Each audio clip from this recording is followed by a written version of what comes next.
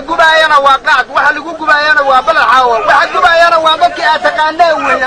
taqaaneen weeye oo qaadka aad ku xamanayseen weeye dadka saaka qaadka gubaaya wala sida loo gubay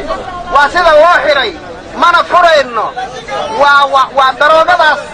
qashinka ah oo nala ku soo haaqa weeye waxaan la diribayna waana gubayna saan u gubnayna weeye ayaa magaalada la kala xiray dadweynaha waxa loo sheegaya magaalada inta ay kala xiran tahay inay ka dhowrsoodaan inay galaan magaalada Madeira raashin lama qaadi karo wuxuu lama qaadi karo aana lama xubin karo isxarabna in la gubo balaxaawo waa qarribay ummad ilaahay uu qarribay waa caynteeyay dhalinyaradi waa caynteeyay qof shaqaysan kara maanta ma jiro keeno ayada in la gubo xaqtaan waa inay naga joogto ma rabno bid bayno ka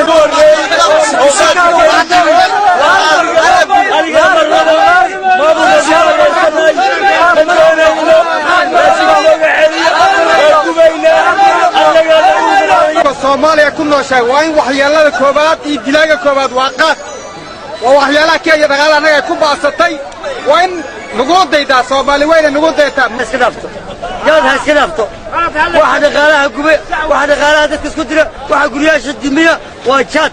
kala iska daaya waxa ka iga daalin waa jaadani waxa taageeraya qolada jaad kala dowladda Kenya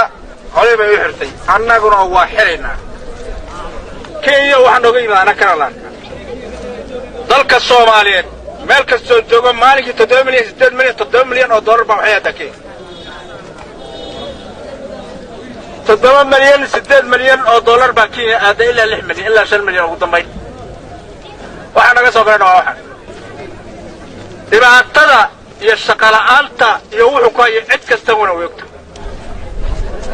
dadka waa u dignay hadday ganacsada tahay